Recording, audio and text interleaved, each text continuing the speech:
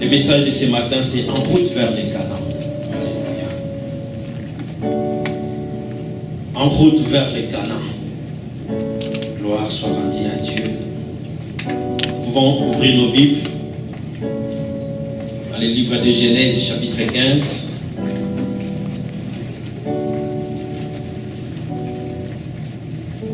Genèse, chapitre 15, versets 13 à 14.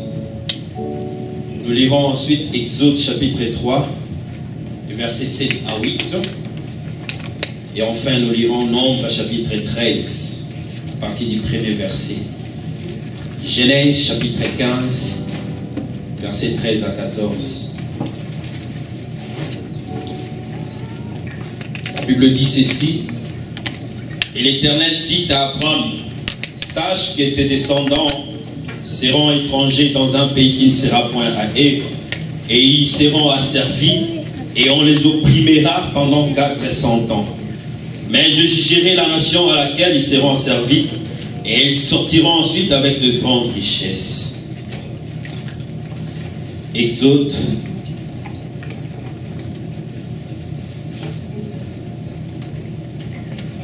chapitre 3, à partir du 7e verset. L'Éternel dit, je vis la souffrance de mon peuple qui est en Égypte, et j'ai entendu les cris que lui font pousser ses oppresseurs, car je connais ses douleurs. Je suis descendu pour le délivrer de la main des Égyptiens, et pour le faire monter de ces pays dans un bon et vaste pays, dans un pays où coule le lait et le miel, dans le lieu qu'habitent les Cananéens, les Héthiens, les Amoréens, le Phérézien, les Éviens et les Jébusien. Voici les cris d'Israël sont venus jusqu'à moi, et j'ai vu l'oppression que l'air font souffrir les Égyptiens. Maintenant, va, je t'enverrai auprès des pharaons, et tu feras sortir d'Égypte mon peuple, les enfants d'Israël. Le troisième passage, c'est dans Nombre. Nombre, chapitre 13. Le premier verset, la Bible dit ceci. L'Éternel parla à Moïse et dit, envoie des hommes pour explorer les pays des Canaan que je donne aux enfants d'Israël. Tu enverras un homme, tous seront des principaux d'entre eux. Moïse les envoya du désert de Paran d'après l'ordre de l'Éternel. Tous ces hommes étaient chefs des enfants d'Israël. Nous allons sauter, nous allons lire le verset 21. La Bible dit, ils montèrent et ils explorèrent le pays depuis le désert de Tchin jusqu'à Rehob sur le chemin des Hamath. Ils montèrent par le midi et ils allèrent jusqu'à Hébron où était Aïman. Hébron avait été bâti 7 ans avant. Le verset 23, la Bible dit, ils arrivèrent jusqu'à la vallée d'Escol où ils coupèrent une branche de vigne avec une grappe de raisin qu'ils portèrent à dés au moyen d'une perche. Ils prirent aussi des grenades et des figues. Le verset 25, ils firent des retours de l'exploration du pays au bout de 40 jours. À leur arrivée, ils se rendirent auprès de Moïse et d'Aaron et de toute l'assemblée des enfants d'Israël à Kadès, dans le désert des Paran. Ils leur firent un rapport ainsi qu'à toute l'assemblée et ils leur montrèrent les fruits du pays. La Bible dit ceci, voici ce qu'ils racontèrent à Moïse. Nous sommes allés dans le pays où tu nous as envoyés. À la vérité, c'est un pays où coule le lait et le miel. Et en voici les fruits. Mais le peuple qui habite ce pays est puissant. Les villes sont fortifiées et très grandes. Nous y avons vu des enfants d'Anak. Les Amalécites habitent la contrée du Midi. Les Héthiens, les Jébusiens et les Amoréens habitent la montagne et les Cananéens habitent près de la mer et le long du Jourdain. Le verset 30, Caleb fit taire le peuple qui murmurait contre Moïse. Il dit, montons, emparons-nous du pays, nous y serons vainqueurs. Mais les hommes qui étaient allés avec lui dirent, nous ne pouvons pas monter contre ces peuples, car il est plus fort que nous. Et ils décrièrent devant les enfants d'Israël le pays qu'ils avaient exploré. Ils dirent, le pays que nous avions parcouru pour l'explorer est un pays qui dévore ses habitants. Tous ceux que nous y avons vus sont des hommes d'une haute taille. Et nous y avions vu le géant, enfant d'Anak, de la race des géants. Nous étions à nos yeux et au l'air comme des sauterelles. Alléluia. Amen. Le message de ce matin, c'est en route vers Canaan. Bien-aimés dans le Seigneur, à un moment donné, Dieu s'est révélé à Abraham. Dieu a parlé à Abraham. Pour ceux-là qui lisent la Bible, Abraham, c'est un grand héros. Il est considéré comme étant le père de la foi. Dieu lui a parlé dans Genèse chapitre 15. Il lui a dit que tes descendants, je vais donner une contrée à tes descendants. Ils seront esclaves. Et après un temps, je vais les faire sortir de cet esclavage pour le faire entrer dans le pays que moi, Éternel, j'ai préparé pour eux. Après plusieurs générations bien-aimées dans le Seigneur, Abraham a eu des enfants, Isaac et Ismaël. Et d'Isaac est né Jacob et Isaïe. Et de Jacob est né les 12 tribus d'Israël. Et à un moment donné, il y avait la famine, là où Jacob était avec ses enfants. Mais parmi ses enfants, il y a eu un, Joseph, qui a été élevé. Il était vendu par ses frères, mais il a été élevé en Égypte. Il a occupé de grandes responsabilités. Il était gouverneur d'Égypte. Et alors qu'il y avait disette dans le pays où habitait Jacob, Joseph, son fils, Dieu lui avait déjà parlé. Il avait réservé une grande quantité de nourriture pour son peuple, pour l'Égypte. Et dans cette souffrance, Jacob, avec ses fils, sont partis en Égypte. Et là, ils ont retrouvé leur fils, leur petit frère Joseph, qui a été déjà élevé. Bien-aimé dans le Seigneur, Joseph était là, élevé, alors que pendant ce temps-là, il y avait un pharaon qui régnait. Et plusieurs années plus tard, bien-aimés, les peuples qui étaient partis en Égypte s'est multiplié. Ils sont devenus nombreux, bien-aimés. Ils présentaient un danger pour l'Égypte. Les pharaons ont changé. Et le pharaon qui régnait en ce temps-là, il a fait du peuple d'Israël ses esclaves. La Bible dit ceci: Israël était soumis à des corvées. Il était soumis à des travaux durs. Et c'était dur pour eux, bien-aimés dans le Seigneur. Mais pendant ce temps-là, le peuple d'Israël, malgré la souffrance, malgré le moment dur, bien-aimés, il observait toujours les lois de l'Éternel. Il n'avait pas oublié les lois de l'Éternel. Il savait qu'un jour, Dieu les libérera de l'esclavage. La Bible dit ceci: 430 ans après, ce peuple, Dieu s'est révélé à travers Moïse pour qu'il libère le peuple d'Israël. C'est ce que nous avions lu dans Exode chapitre 3. La Bible dit ceci: Dieu a vu la souffrance de son peuple Israël. Et cette fois-ci, il est descendu pour les libérer et pour les faire entrer dans un pays où coule le lait et le miel. Et ce pays bien-aimé s'appelait Canaan.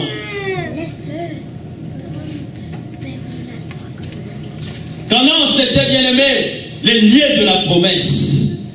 Canaan, bien-aimé dans le Seigneur, c'était le pays, le meilleur pays pour Israël. Donc Canaan, bien-aimé, Israël devait oublier les corvées. Il devait oublier les travaux durs. Canaan n'est pas le paradis. Parce que dans Canaan, il y avait des géants. Alléluia. Dans Canaan, bien-aimé, il y avait des peuples ennemis. Mais dans le paradis, il n'y aura pas de géants. Dans le paradis, bien-aimé, il n'y aura pas d'ennemis. Dans le paradis, il y aura tout ce qui est de bon. Canaan est différent du paradis. Canaan, bien aimé dans le Seigneur, c'est le lieu de ton épanouissement. Le lieu où Dieu a prévu pour la réalisation de tes promesses. Canaan, bien aimé, c'est l'accomplissement de promesses de l'Éternel. Canaan, bien aimé dans le Seigneur, ne signifie pas que tu n'auras pas de combat. Ne signifie pas que tu n'auras pas de prêves. Mais Canaan, au moins, c'est le lieu de repos, un lieu d'épanouissement, un lieu que Dieu t'a promis. Un lieu, bien aimé, où tu seras à l'aise. Malgré qu'il y aura des géants, malgré qu'il y aura la maladie, malgré qu'il y aura des problèmes à côté, bien aimé. Mais Dieu te donnera la victoire devant toutes ces choses. Canaan, bien aimé, est différent du paradis. La Bible a décrit Canaan. Lorsque vous lirez, peut-être dans Deutéronome, chapitre 8, verset 7, Dieu est en train de décrire Canaan. Il dit ceci: car l'Éternel ton Dieu, Deutéronome chapitre 8, verset 7, ton Dieu va te faire entrer dans un bon pays. Pays des cours d'eau, des sources et des lacs qui jaillissent dans les vallées et dans les montagnes. Pays de froment, pays d'orge, pays de vignes, pays de figuiers. Pays où tu mangeras du pain avec abondance, où tu ne manqueras de rien. Canaan, c'est un lieu prospère, bien-aimé. Dieu nous a promis, bien-aimé, de bonnes choses. Alléluia. Amen. Dieu nous a promis, bien-aimé. Parfois, tu vis en deçà de ce que Dieu t'avait promis. Tu es enfant de Dieu, bien-aimé. Mais chaque nuit, tu es tourmenté. Tu ne sais pas, bien-aimé. Il y en a d'autres, quand tu dors, c'est comme s'ils sont poursuivis par quelqu'un. Vous allez les voir en train de crier. Et pourtant, il est enfant de Dieu. Il a oublié le pouvoir et la puissance que lui a donné Jésus-Christ. Le nom de Jésus est puissant, bien-aimé dans le Seigneur.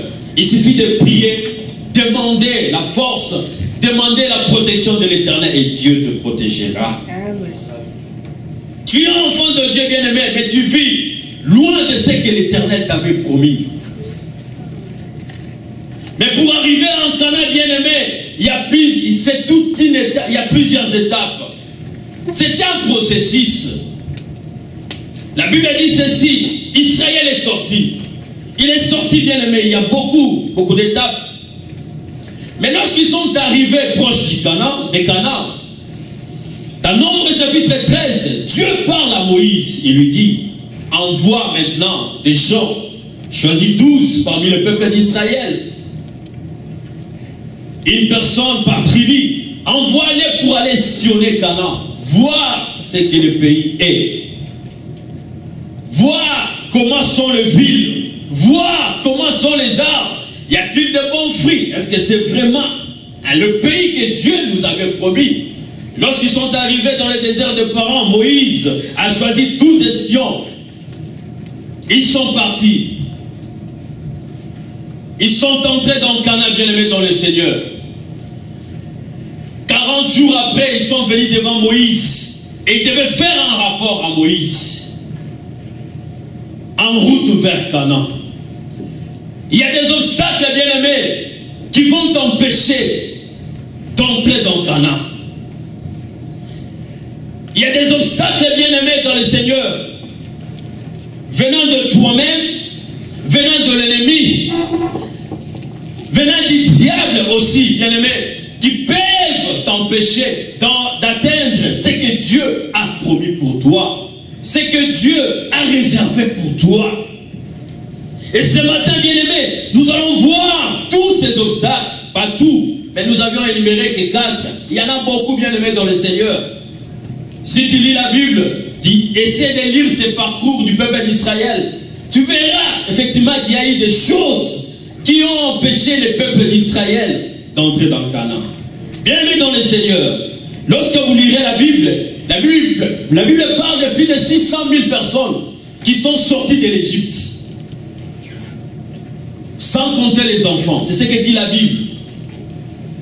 Mais de ces 600 000 personnes, bien aimés, il n'y a que 2 personnes, Josué et Caleb, et les enfants qui sont nés dans le désert. Ce sont ces gens-là qui sont entrés dans Canaan.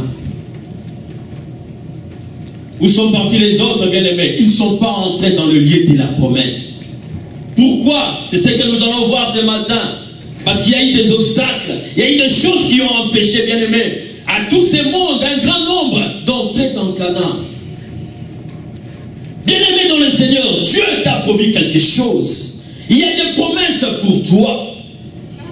Mais il y a aussi des obstacles qui sont devant toi, parfois qui t'empêchent d'atteindre ces promesses.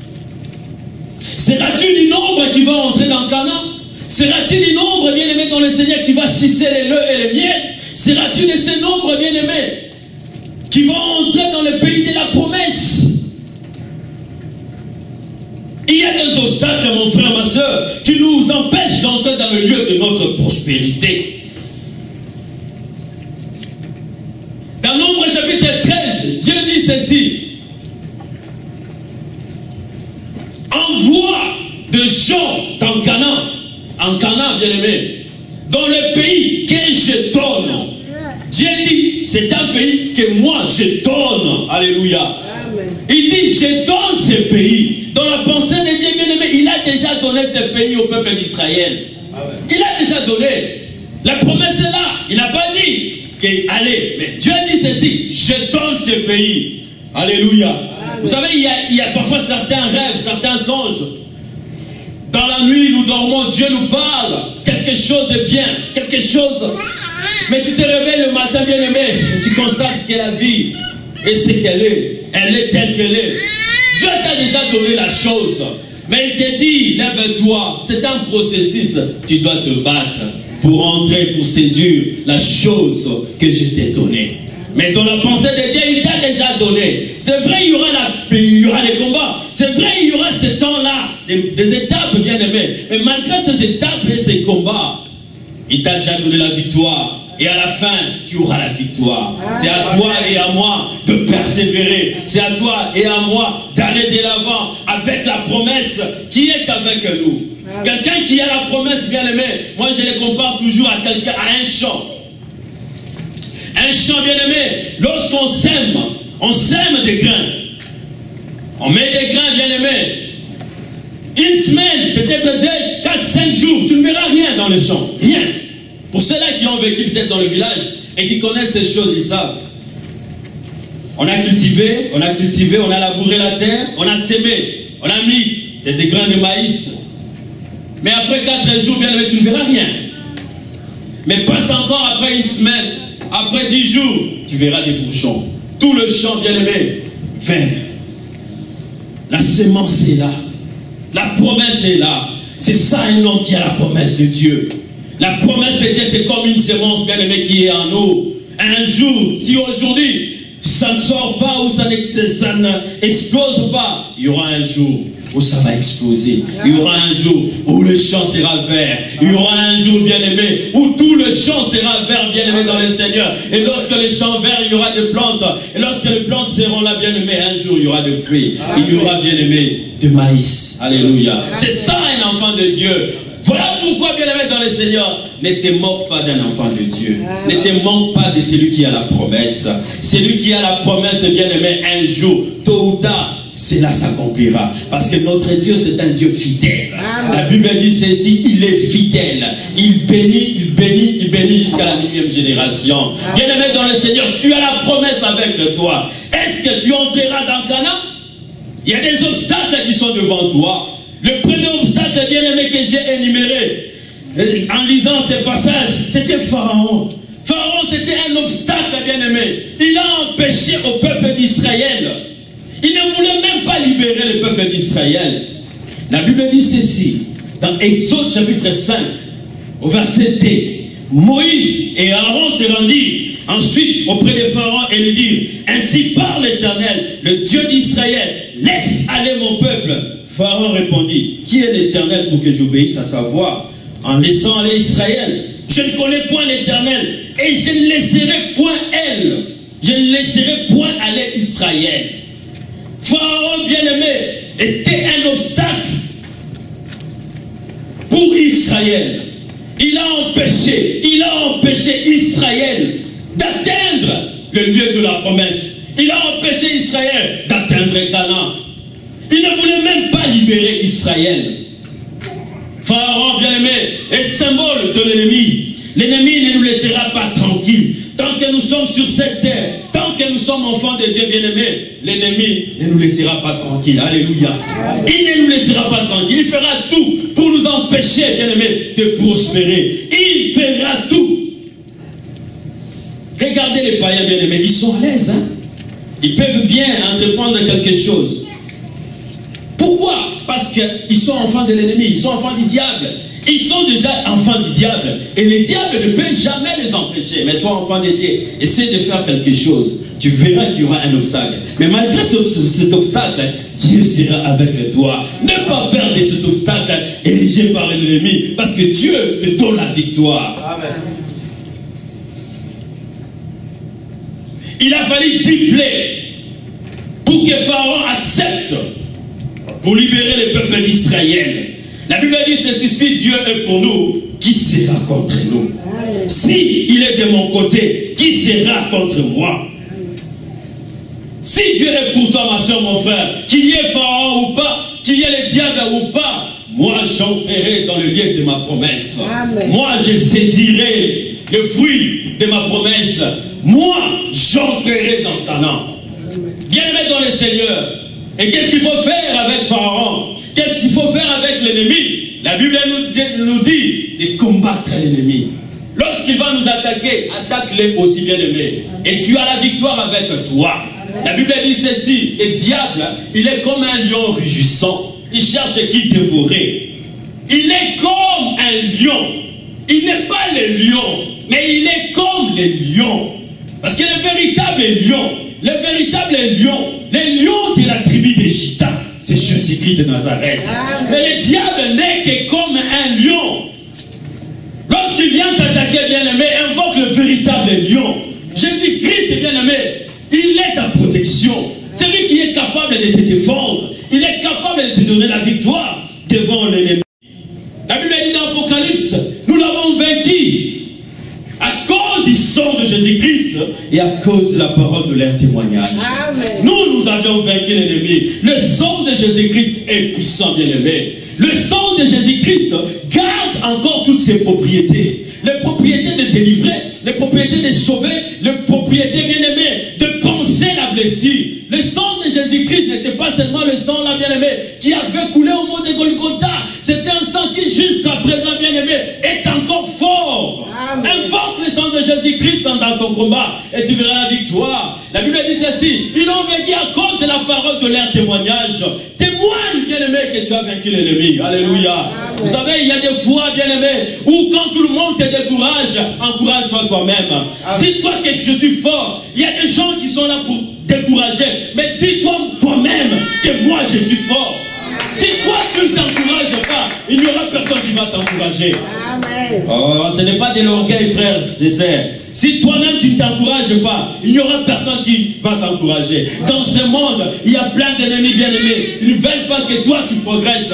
Mais si les gens te découragent, encourage-toi quand même, dis-toi que tu es capable. Amen. Tu es enfant de Dieu, n'est-ce pas? Jésus-Christ est en toi. La Bible dit ceci: même dans le désert, il frayera un chemin. Il frayera un chemin qui mènera à l'épanouissement. Il frayera un chemin qui mènera jusqu'à Canaan.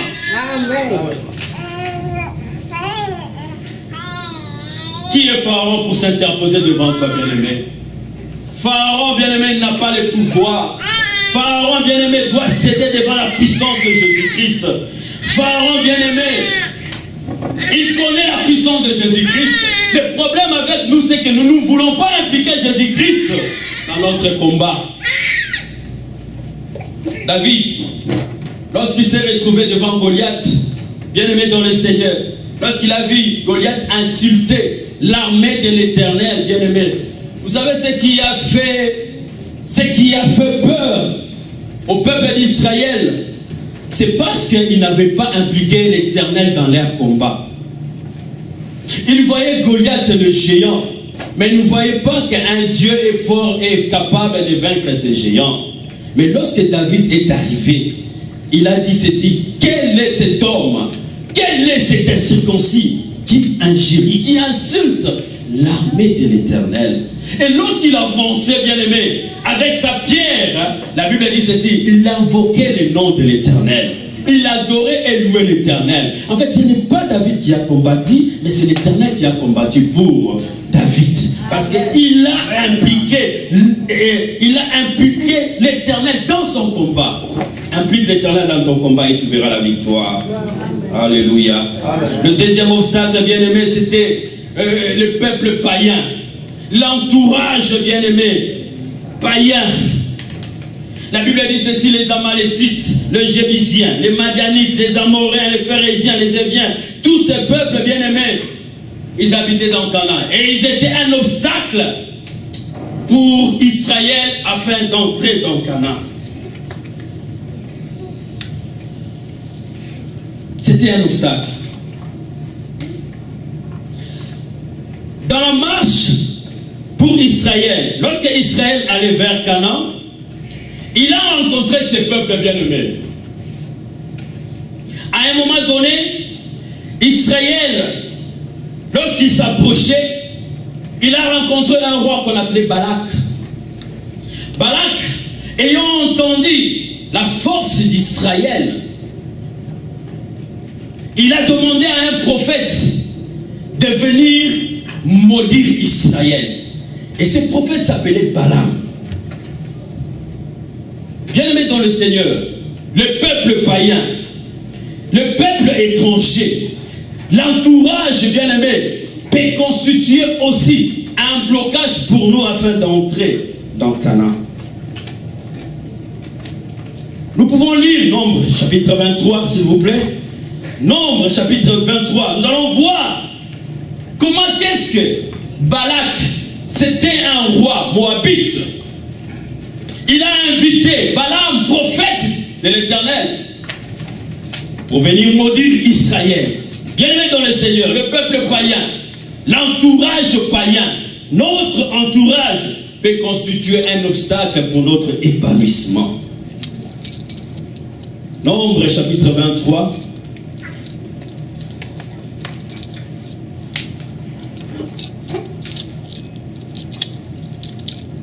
À partir du 6e verset, la Bible dit: il retourna vers lui. Et voici Balak se tenait près de son holocauste, lui et tous les chefs de Moab. Balak invite Balaam pour venir maudire le peuple d'Israël. Balaam nous dit: prends un holocauste, nous allons offrir à l'Éternel. Mais moi, je ne dirai que ce que l'Éternel m'a dit de dire. Je ne mentirai point. Au verset 7, c'est maintenant le prophète qui est en train de parler. Il prophétise devant Israël, alors que le roi lui avait demandé de maudire bien-aimé. Écoutez ce que lui est en train de dire. Balaam prononça son oracle et dit: Balak m'a fait descendre d'Aram, le roi de Moab, m'a fait descendre des montagnes de l'Orient. Viens, maudis-moi Jacob. Jacob c'est Israël. Viens, sois hérité contre Israël. Le verset 8. C'est Balaam qui est en train de dire: comment maudirais-je celui que Dieu n'a point maudit? Amen. Comment serais-je irrité quand l'Éternel n'est point irrité? Je le vois du sommet des rochers, je le contemple du haut des collines. C'est un peuple qui a sa demeure à part et qui ne fait point partie des nations. Alléluia. Qui peut compter la poussière de Jacob et dire le nombre des gardes d'Israël? Mais là, c'est Balaam qui est en train de parler, bien aimé. Il dit que je meurs de la mort de juste et que ma fin soit semblable à la leur. Que ma fin, que ma mort soit semblable à la mort d'Israël. Bien aimé dans le Seigneur, si Dieu t'a béni, qui a le pouvoir de te maudire? Amen. Même si l'on invitait des prophètes, bien aimés, des prophètes pour te maudire, Dieu est capable de changer cette prophétie de malheur en prophétie de bonheur. Amen. La Bible continue pour dire au verset 11, Balak dit à Balaam, le roi maintenant il est en train de dire au prophète de l'Éternel: que m'as-tu fait? Je t'ai pris pour maudire mon ennemi et voici tu l'es béni. Il répondit et dit, n'aurais-je pas soin de dire ce que l'Éternel met dans ma bouche? Balak lui dit, viens donc avec moi. Il prend encore Balaam bien-aimé. Il change de liens. Il croit qu'en changeant de liens bien-aimé, Dieu pouvait changer la prophétie qui était en Balaam. Il change de liens pour demander au prophète d'aller maudire encore Israël. Le verset 18, la Bible dit ceci. Balaam prononça son oracle et dit, lève-toi Balak, écoute, prête-moi l'oreille, fils de Tsippor. Dieu n'est point un homme pour mentir, ni un fils d'un homme pour se repentir. Ce qu'il a dit, il ne le fera-t-il pas? Ce qu'il a déclaré, ne l'exécutera-t-il pas? Voici, j'ai reçu l'ordre de bénir. Il a béni, je ne l'évoquerai point. Il n'aperçoit point d'iniquité à Jacob. Ça, c'est maintenant le prophète qui est en train de parler. Il parle en faveur d'Israël. Il dit, je n'aperçois point d'iniquité en Jacob. Il ne voit point, c'est Dieu. Il ne voit pas d'injustice en Israël. L'Éternel, son Dieu, est avec lui. Il est son roi, l'objet de son allégresse. Dieu les a fait sortir d'Égypte. Il est pour eux comme la vigueur du buffle. L'enchantement ne peut rien contre Jacob, ni la divination contre Israël. Au temps marqué, il sera dit à Jacob et à Israël quelle est l'œuvre de Dieu. Alléluia. C'est un peuple qui s'élève comme une lionne et qui se dresse comme un lion. Il ne se couche point jusqu'à ce qu'il ait dévoré la proie et qu'il le bénissons de blesser. Au lieu de maudire bien-aimé, Balaam a commencé à bénir Israël. Bien-aimé dans le Seigneur, le peuple étranger, le peuple païen, l'entourage peut constituer un obstacle pour t'empêcher, bien-aimé, d'entrer dans Canaan. Mais malgré que ça sera un obstacle, Dieu ne te laissera point. La Bible dit ceci, même s'ils te maudissent, Dieu changera cette malédiction en bénédiction.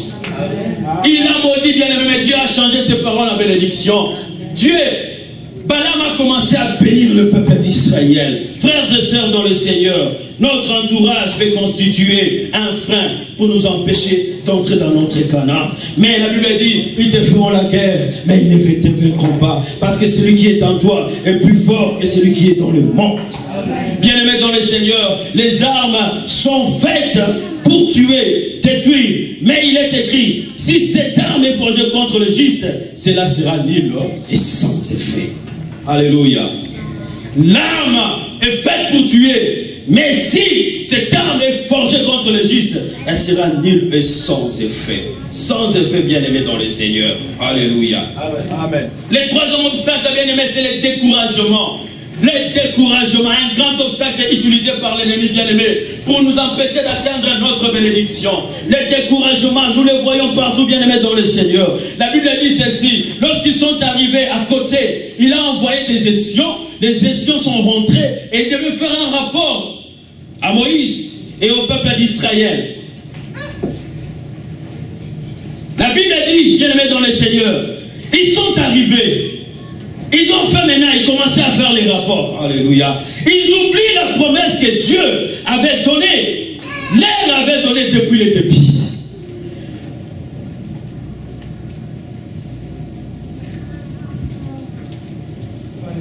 Dans Nombre chapitre 13, bien-aimé dans le Seigneur, écoutez maintenant ce qu'ils disent à Moïse et au peuple d'Israël.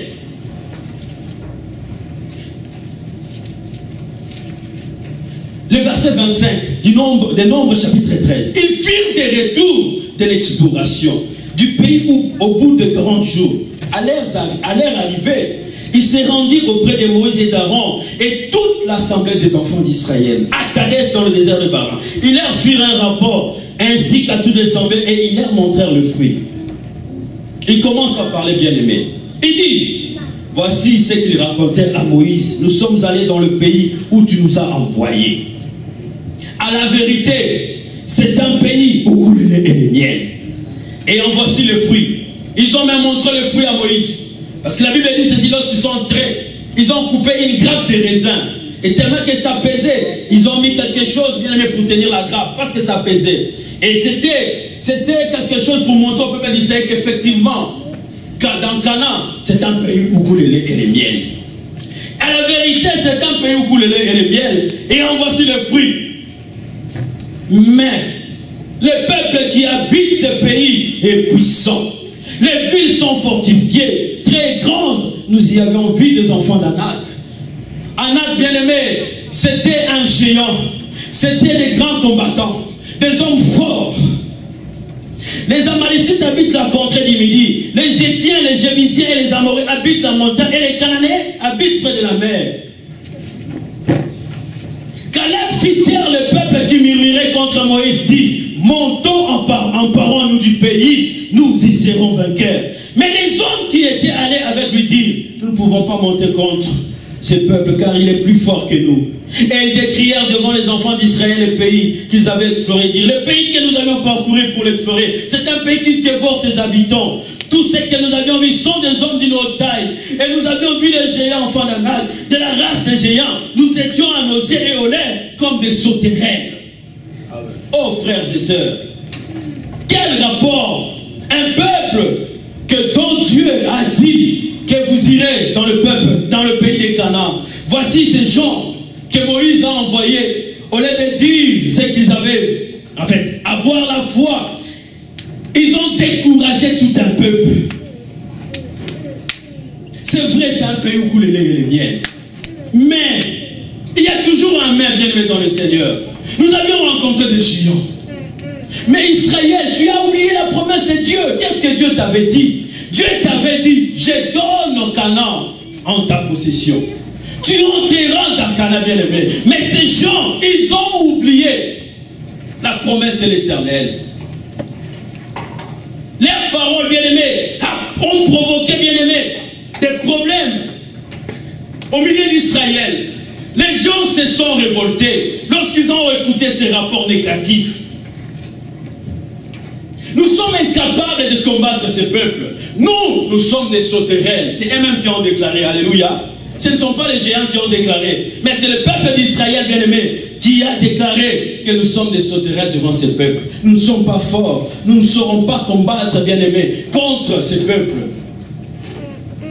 Mais que Dieu soit loué. Parce qu'à chaque génération, Dieu prévoit toujours quelqu'un. La Bible dit ceci, au milieu des 12 personnes que Moïse avait envoyées, il y a eu des personnes qui étaient différentes. Lorsque vous lirez le chapitre 14, la Bible parle d'eux, ce sont des gens qui avaient un autre esprit. Alléluia. C'était des gens qui croyaient à la promesse de l'Éternel. Lorsque Caleb a entendu toutes ces paroles, la Bible dit, il s'est levé, il a déchiré ses vêtements, il a dit ceci, non, ne faites pas ça, ne dites pas ça. Lèvons-nous, si l'Éternel nous est favorable, nous entrerons dans ces pays. Lèvons-nous, nous allons nous emparer de ces pays. Nous y serons vainqueurs. Ce sont des gens qui ont crié à la promesse de l'Éternel. Ce sont des gens qui ne se sont pas laissés abattre par les découragements, bien-aimés dans le Seigneur. Ne vous contentez pas des rapports de gens, mais contentez-vous de la promesse de Dieu. Ne te contente pas de ce que les gens ont dit. Qu'est-ce que les rapports? Qu'est-ce que le médecin a dit? Mais qu'est-ce que aussi Dieu a dit? Est-ce que Dieu a dit que tu périras? Est-ce que Dieu a dit que tu mourras? Est-ce que Dieu a dit que tu t'enfonceras dans l'eau? Dieu n'a pas dit cela. Jésus-Christ avait dit ceci. Allons de l'autre bord. C'était ça la promesse.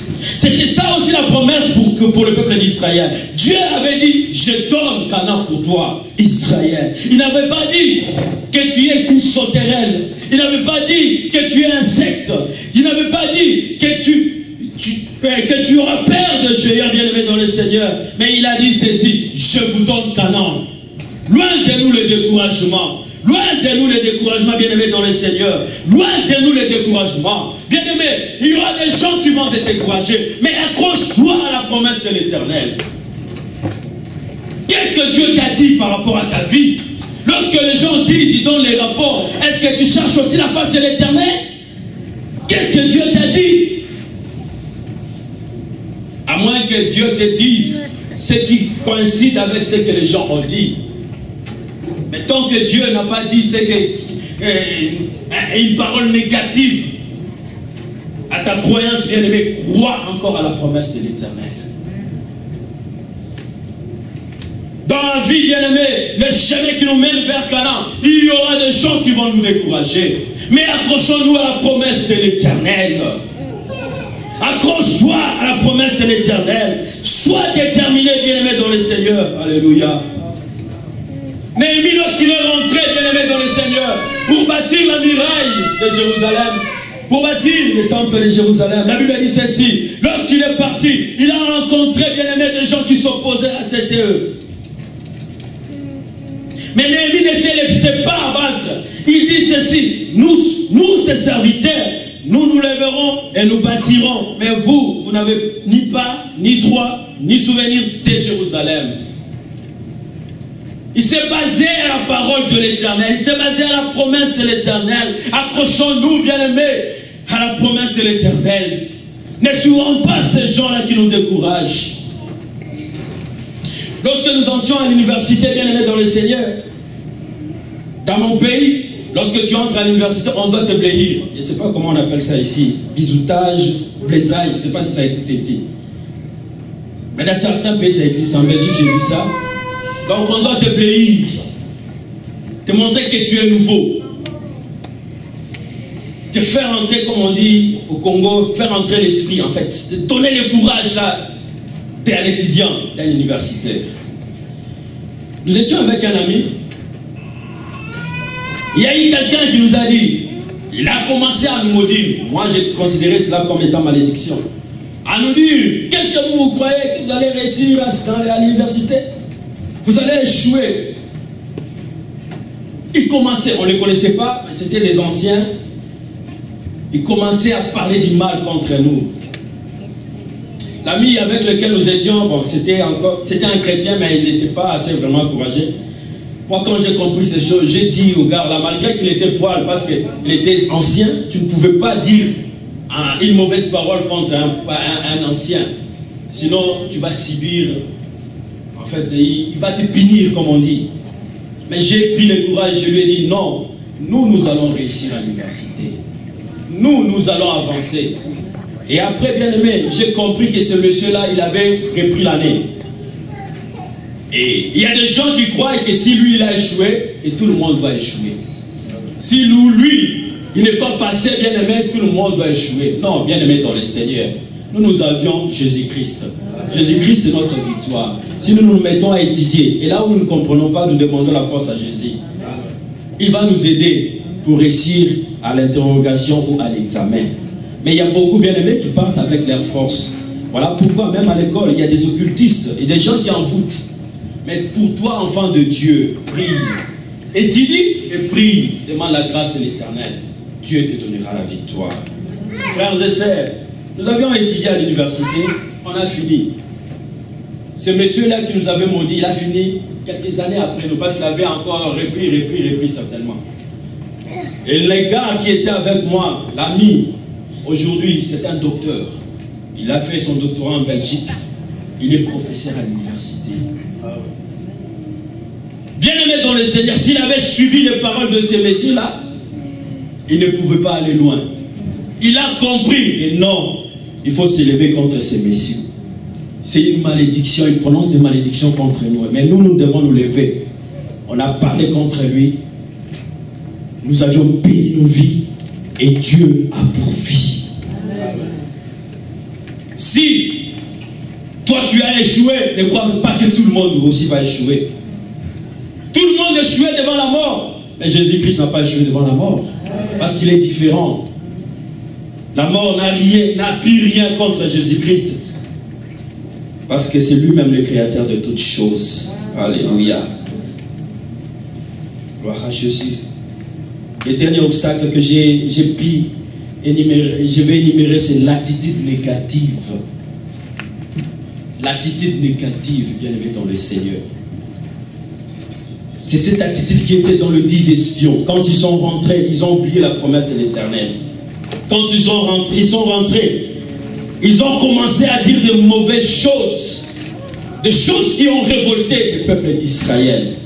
Quelle est ton attitude, bien-aimé dans le Seigneur? Face à une situation, face à un problème, devant toi il y a Canaan, le pays que Dieu t'a promis. Mais alors que tu vas vers Canaan, des obstacles, mais quelle est l'attitude que tu adoptes, bien-aimé, devant ces obstacles? L'attitude négative vous élimine de la course. L'attitude négative vous éloigne, bien-aimé dans le Seigneur de Canaan.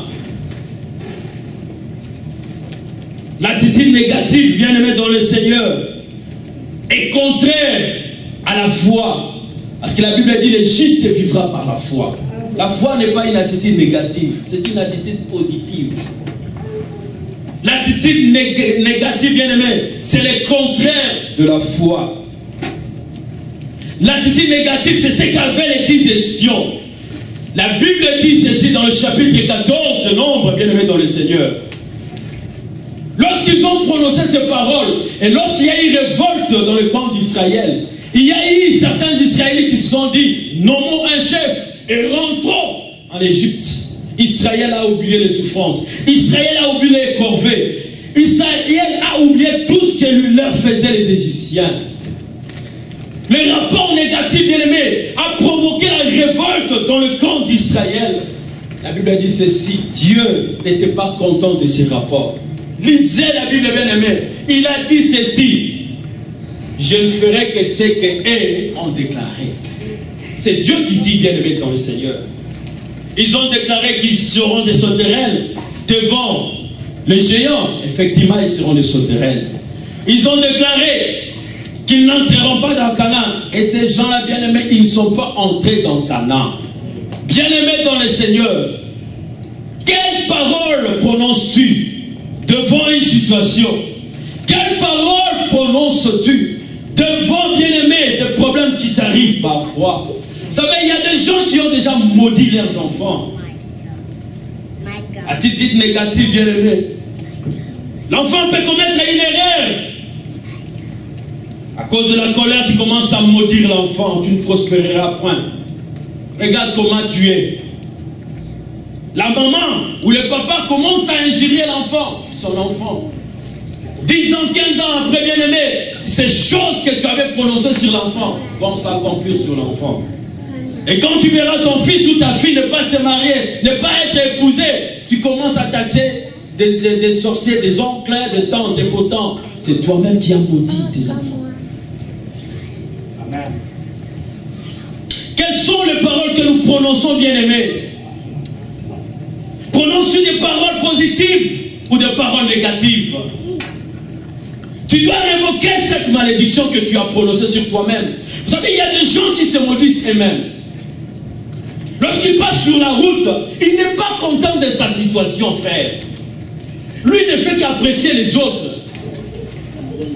Quand tu vois quelqu'un s'habiller, oh, qu'elle est jolie, qu'il est joli. Mais lui-même ne s'apprécie jamais, frères et sœurs. Si tu ne t'apprécies jamais, personne ne t'appréciera. Apprécie-toi toi-même. Dis-toi que je suis bon, je suis bête, je suis capable. Je suis capable, bien-aimé.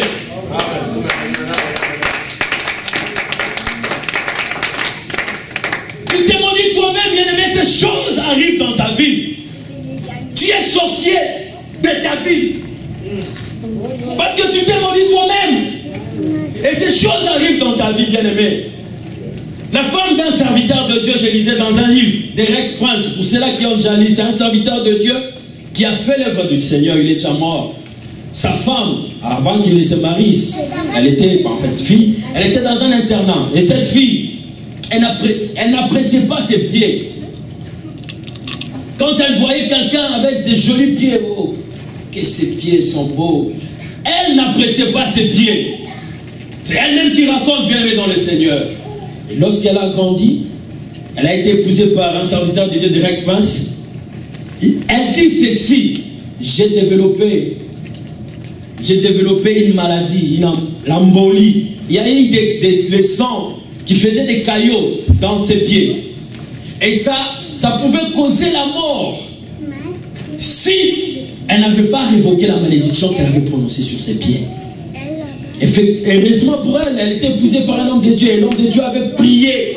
Et Dieu l'avait délivrée de cette maladie. Elle conclut pour dire que cette maladie était due à cause de moi-même, parce que j'ai prononcé de mauvaises paroles sur moi, sur mes pieds. Bien-aimé dans le Seigneur, tu es en train de te maudire toi-même. Tu tu es en train de maudire tes enfants. Cette attitude négative, bien-aimé. Non, frères, sœurs, ne sois pas toujours défaitiste.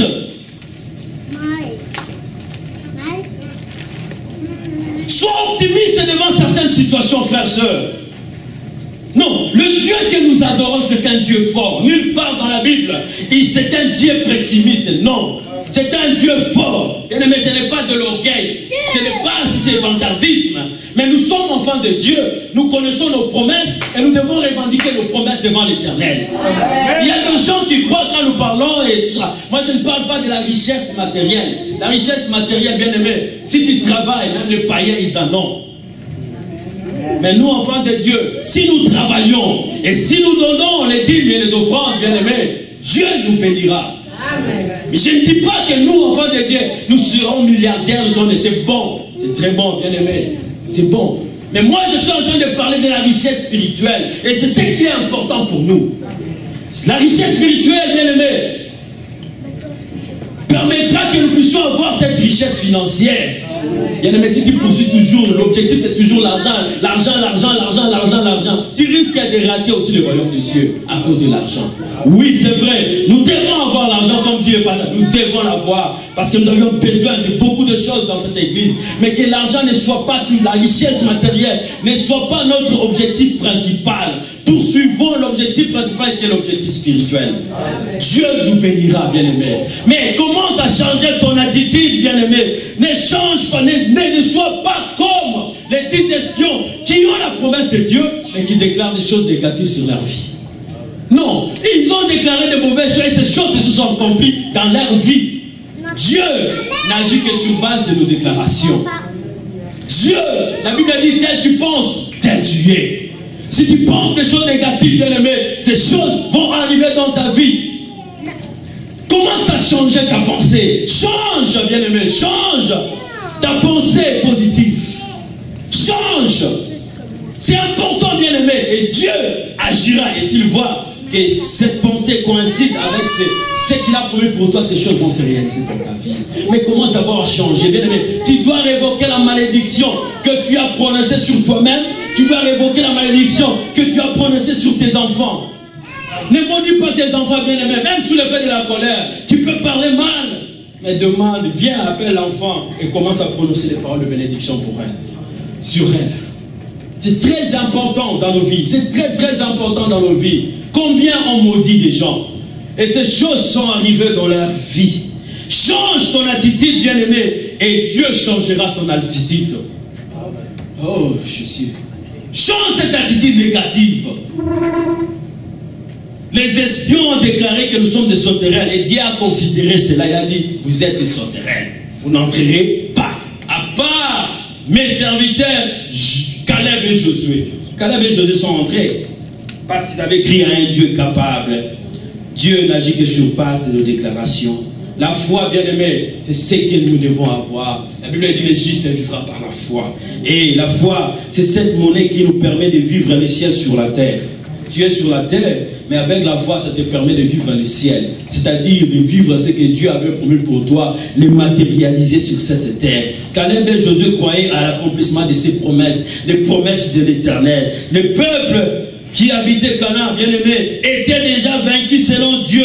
Dieu nous voit grand. Dieu nous voit prospère. Dieu nous voit épanoui. Dieu nous voit épanoui, bien aimé. Mais c'est un processus, bien aimé.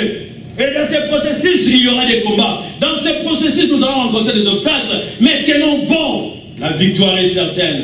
Nous allons vaincre et nous entrerons dans notre Canaan. Alléluia. Alléluia. Est-ce que nous pouvons courber nos têtes et nous allons prier?